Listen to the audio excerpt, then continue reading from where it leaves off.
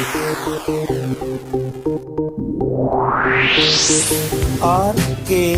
स्वागत है दोस्तों आपका एक बार फिर से हमारे YouTube चैनल RKB कैंफी वीडियोस में। कक्षा 12 के तीसरे चैप्टर विद्युत रसायन के पाठ्य निहित प्रश्न आपके सामने प्रस्तुत किए जा रहे हैं, जिनमें से पहले 4 प्रश्न हमने आपके सामने प्रस्तुत कर दिए हैं। आज हम आगे के आपके बाकी बचे हुए प्रश्नों में से कुछ प्रश्नों को लेकर आए हैं। तो आइए शुरू करते हैं आज की वीडियो।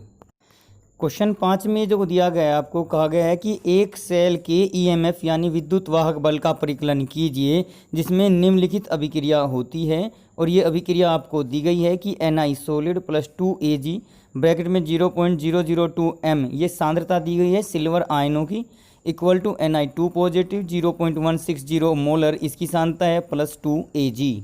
5वें क्वेश्चन में अगर हम देखें इलेक्ट्रोकेमिस्ट्री के इन टेक्स्ट क्वेश्चन में, तो आपको एक इक्वेशन दी गई है कि Ni solid plus 2Ag positive और उसके ब्रैकेट में सांद्रता दी गई है 0.002 m के इक्वल, और फिर साम्यावस्था का साइन है। और उसके बाद आपको दिया गया है निकिल 2 पॉजिटिव जिसकी सांद्रता दे दी 0.160 मोलर और प्लस 2Ag। ये आपको एक इक्वेशन दी गई है और इसके लिए ईएमएफ यानी इलेक्ट्रोमोटिव फोर्स विद्युत वाहक बल की गणना आपको करनी है।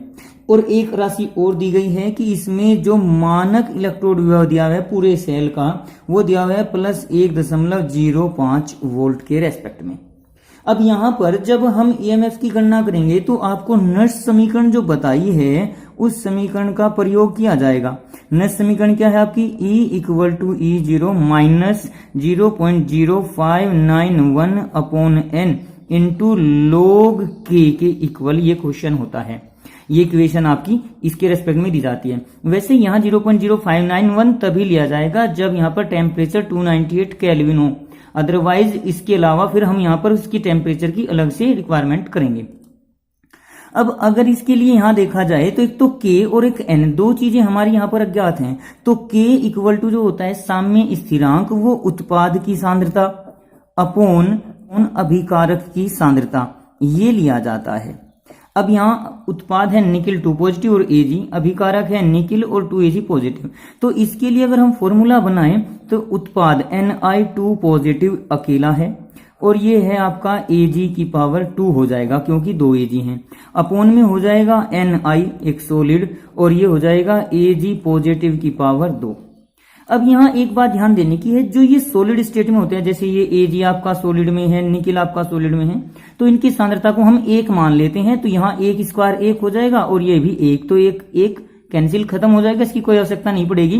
तो यहाँ पर अगर हम K की वैल्यू रखेंगे तो वो सीधे रूप में Ni2 positive upon Ag positive की पावर 2 ये आपकी K की वैल्यू आएगी। और ये इनकी सांद्रता अगर यहाँ पर रख देंगे तो Ni2 पॉजिटिव की सांद्रता थी आपकी 0.160 अपॉन Ag की थी 0.002। तो ये आपका एक प्रकार से K का मान आ जाएगा। ये देखिए यहाँ पर जो Ag की सांद्रता थी 0.002 ये अपोन में Ag की रख दी हमने, और Ni की जो थी 0.160 वो वैल्यू रख दी। अब अगर हम इसको डिवाइड करेंगे तो डिवाइड करने के पश्चात एक और रहेगा, देखिए यहाँ पर जो स्क्वायर था ये स्क्वायर और हमें करना पड़ेगा, और डिवाइड करने के पश्चात इसका मान जो आएगा वो 4 गुणा 10 की घात 4 के इक्वल आ जाएगा। ये वैल्यू मैंने यहाँ पर डायरेक्ट कैलकुलेट करके रख दी है, आप इसको कैलकुलेट करके देख लेना। अब जैसे ही हम E की वैल्यू निकालेंगे तो उससे पहले हमें ये N और चाहिए। अब N कैसे निकालेंगे, देखिए यहाँ पे Ni इक्वल टू दिया हुआ था Ni2 पॉजिटिव और Ag पॉजिटिव इक्वल टू दिया हुआ है Ag। तो इन इक्वेशन को बैलेंस कीजिए। Ni इधर 0 है, इधर 2 पॉजिटिव है, तो 2 इलेक्ट्रॉन आप लोग यहाँ पर लेकर चल सकते हो। 2 इलेक्ट्रॉन यहाँ है, Ag में 1 इलेक्ट्रॉन इस साइड में जुड़े, तो अपोन में अगर हम अब दोनों इक्वेशन में इलेक्ट्रॉन की संख्या बराबर कीजिए। यहाँ आप लोग 2 से मल्टीप्लाई करके 2 इलेक्ट्रॉन आ सकते हैं, वे कैंसिल हो जाएंगे। तो यहाँ पर N इक्वल टू 2 इलेक्ट्रॉन आया। नंबर ऑफ इलेक्ट्रॉन वही लेके चलेंगे जो आपकी प्रति एक बैलेंस इक्वेशन के लिए यूजफुल होता है।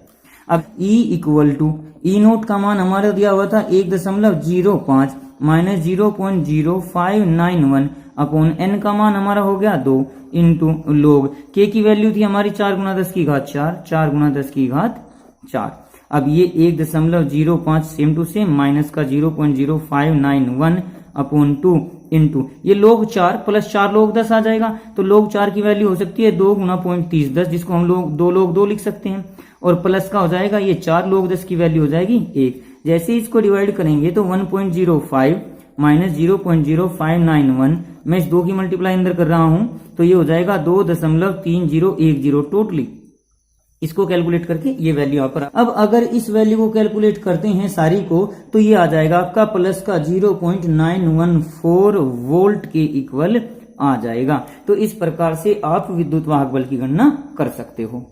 क्वेश्चन 6 में फिर कहा गया है कि एक सेल जिसमें निम्नलिखित अभिक्रिया होती है 2Fe3 पॉजिटिव एक्वस यानी जलीय विलयन plus 2I negative aqueous equal to 2Fe2 positive aqueous plus I2 solid का 298 केल्विन ताप पर E0 यानी मानक इलेक्ट्रोड विभव 0.236 वोल्ट है। इस सेल अभिक्रिया की मानक गिब्स ऊर्जा और साम्य स्थिरांक का परिकलन कीजिए, यानी आपको अब की बार K ज्ञात करना है। छठे क्वेश्चन में भी कुछ आपको इसी प्रकार से इक्वेशन दी गई है 2Fe3 positive plus 2I negative iodide है इक्वल टू है 2Fe2 पॉजिटिव प्लस I2। आपको इस इक्वेशन को लेकर चलना है और इसके लिए आपको डेल जी नोट ज्ञात करना है। जैसा कि आपको थ्योरी में पढ़ाया गया है डेल जी नोट का फॉर्मूला था -NFE नोट के इक्वल।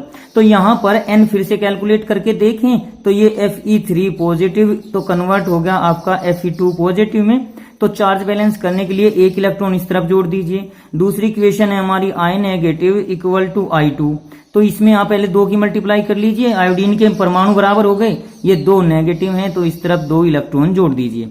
अब नंबर ऑफ इलेक्ट्रॉन बराबर करने के लिए आपको इसमें 2 से मल्टीप्लाई करनी पड़ेगी, तो जाहिर सी बात है इस इक्वेशन के लिए हमारा n इक्वल टू 2 आ जाएगा। तो अब यहाँ पर n पता चल गया। फैराडे का मान होता है 96500 कूलाम के इक्वल, ये इसकी वैल्यू फिक्स होती है। बाकी बचा आपका ई नोट आपको इस क्वेश्चन में दिया गया है 0.236 वोल्ट और ये एट 298 केल्विन पर, ये 298 केल्विन यानी 25 डिग्री सेल्सियस पर। तो अब जैसे ही सब वैल्यू यहाँ पर रखेंगे तो ये हो जाएगा आपका del G naught equal to minus n की वैल्यू हमारी आ गई 2, एफ का मान हो गया 96500 96,500 और ई नोट का मान है हमारा 0.236। आप इसको कल कैलकुलेट करके देख लेना, तो यहाँ पर जो वैल्यू आ जाएगी ये आ जाएगी -45.548 किलो जूल के इक्वल।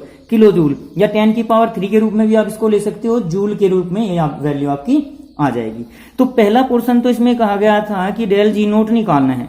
अब दूसरी वैल्यू इसमें आपको निकालनी है के की, के यानी इक्विलिब्रियम कांस्टेंट जिसको हम बोलते हैं साम्य स्थिरांक, इसकी वैल्यू भी आपको कैलकुलेट करनी है।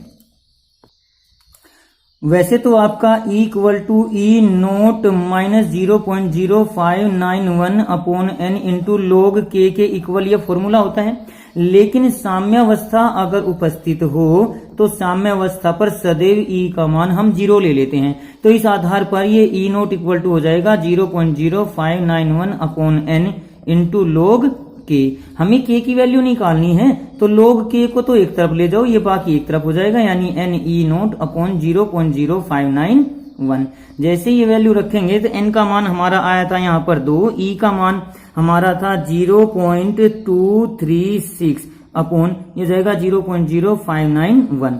ये तो आपका log k की वैल्यू आ जाएगी, लेकिन जब हमें वैल्यू निकालनी है k की तो k इक्वल टू हो जाएगा आपका एंटी log। अगर हम इसको कैलकुलेट करेंगे तो ये वैल्यू सारी की सारी आप लोग देख लेना कितनी आएगी। अब उस वैल्यू का आपको एंटी लॉग लेकर निकालना है। एंटी लॉग के लिए हमने पहले ही लॉग और एंटी लॉग किस प्रकार से ज्ञात करते हैं हमने एक वीडियो अपलोड की हुई है, अगर आपको नहीं आता है तो आप लोग इसको देख लेना, उस वीडियो से समझ लेना और तब हमें इस एंटी लॉग की वैल्यू निकाल के यहाँ पे रखनी होगी। मैं आपको टोटल आंसर बता रहा हूँ। इसका वैल्यू अगर हम इसको कैलकुलेट करेंगे तो ये आ जाएगी आपकी 0.472 अपॉन में आ जाएगी 0.0591। तो इसको एंटी लॉग के रूप में लिखेंगे और ये अगर कैलकुलेट करेंगे तो ये आ जाएगी आपकी 7.9864 के इक्वल। तो यहाँ पर जब k की वैल्यू निकालते हैं तो एंटी लॉग लेने पर इसे हम लगभग 8 लिख सकते हैं। 7.98 को लगभग 8 लिख लिया तो एंटी लॉग ऑफ 8 जो हो जाएगा वो 10 की घात 8 के इक्वल आपका आ जाएगा। यही आपका आंसर होगा। क्वेश्चन 7 में कहा गया है कि किसी विलयन की चालकता तनुता के साथ क्यों घटती है। किसी विलयन की चालकता विलयन के एकांक आयतन में उपस्थित आयनों की संख्या निर्भर करती है और तनुता बढ़ने से आयनों की संख्या भी एकांक आयतन में घट जाती है, जिस कारण उसकी चालकता घट जाती है। ये चालकता हम विशिष्ट चालकता के रूप में भी ले सकते हैं, यानी इसका आंसर विशिष्ट चालकता के लिए भी लिया जा सकता है। लेकिन मोलर और तुल्यांक की चालकता के लिए ये आयतन नहीं लिया जा सकता, यह आंसर इसका विपरीत हो जाता है, यानी मोलर और जो तुल्यांक की चालकता है वो बढ़ जाती है। क्वेश्चन 8 में कहा गया है कि जल की लैम्डा एम नोट यानी सीमांत तुल्यांक की चालकता ज्ञात करने का एक तरीका बताइए। इसको हम किस प्रकार से ज्ञात कर सकते हैं। जल एक दुर्बल विद्युत अपघट्य है, यहाँ जल के लिए है, कोई अन्य दुर्बल विद्युत अपघट्य भी आपको दिया जा सकता है। क्वेश्चन नंबर अगर 8 को लेकर चले इन टेस्ट क्वेश्चन में, तो उसमें आपको H2O इसके लिए लैम्डा एम नोट की वैल्यू आपको कैलकुलेट करनी है, यानी इसकी लिमिटिंग मोलर कंडक्टिविटी ज्ञात करनी है। आपको ध्यान होगा कि आपको एक कोलाउस का नियम बताया गया था, जो कि वीक इलेक्ट्रोलाइट्स के लिए, वीक दुर्बल विद्युत अपघट्यों के लिए लैम्डा एम नोट यानी लिमिटिंग सीमांत मोलर कंडक्टिविटी या चालकता ज्ञात करने के लिए यूज किया जाता है। तो H2O जल भी एक वीक इलेक्ट्रोलाइट होता है, तो पहले हम इस H2O को एक स्ट्रॉन्ग इलेक्ट्रोलाइट में तोड़ लेंगे। H2O में दो प्रकार के आयन होते हैं, H पॉजिटिव और OH नेगेटिव। H पॉजिटिव के लिए अगर हम प्रबल कोई विद्युत अपघट्य बनाना चाहें तो Cl नेगेटिव इसमें जोड़ सकते हैं। अब HCl एक प्रबल विद्युत अपघट्य है, जब हमने Cl नेगेटिव जोड़ा तो Cl नेगेटिव ही हमने इसमें घटा दिया और प्लस का ये OH नेगेटिव आपका सेम टू सेम, तो इसको तो लिखा जा सकता है HCl। इसी प्रकार से इस OH के लिए हमने इसमें Na पॉजिटिव जोड़ दिया, तो Na पॉजिटिव ही हमने इसमें घटा दिया और ये Cl negative same to same. अब ये NaOH और ये NaCl, यानी HCl plus NaOH minus NaCl। हम इस H2O यानी एक दुर्बल विद्युत अपघट्य को HCl, NaOH और NaCl तीनों प्रबल विद्युत अपघट्यों के रूप में परिवर्तित कर लिया।